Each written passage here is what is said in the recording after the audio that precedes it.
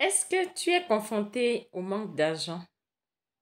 Est-ce que des fois, il t'arrive d'être dans des situations où les clients viennent vers toi et te disent, je vais revenir acheter après et quelque temps après, tu ne les vois plus?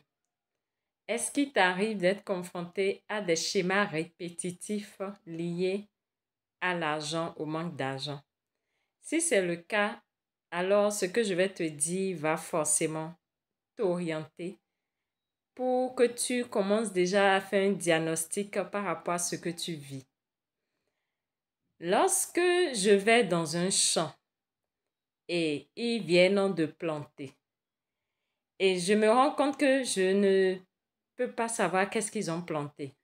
Je rentre chez moi, quelques temps après, je reviens dans le champ et lorsque les arbres vont commencer à sortir, je vais remarquer à l'extérieur les fruits de ce qui a été planté à l'intérieur. Si c'est le maïs, je vais commencer à voir des épis de maïs. Et automatiquement, je vais me dire, ah, donc c'est le maïs qu'ils avaient planté. Si c'est par exemple la tomate, je vais commencer à voir des tomates et je vais automatiquement dire, ok, donc c'était des graines de tomates qu'ils avaient planté. C'est comme ça notre vie. Ce que tu vis à l'extérieur dans ta réalité est lié à ce qui est en toi. Si des clients viennent à toi et repartent, c'est parce que c'est en toi. Si tu es confronté à des schémas répétitifs liés au manque d'argent, c'est parce que c'est en toi. Et tu peux te demander, mais qu'est-ce qui est en moi? Un client qui vient, qui repart, qu'est-ce qui est en moi? En réalité, l'extérieur vient te confirmer ce que tu as en toi.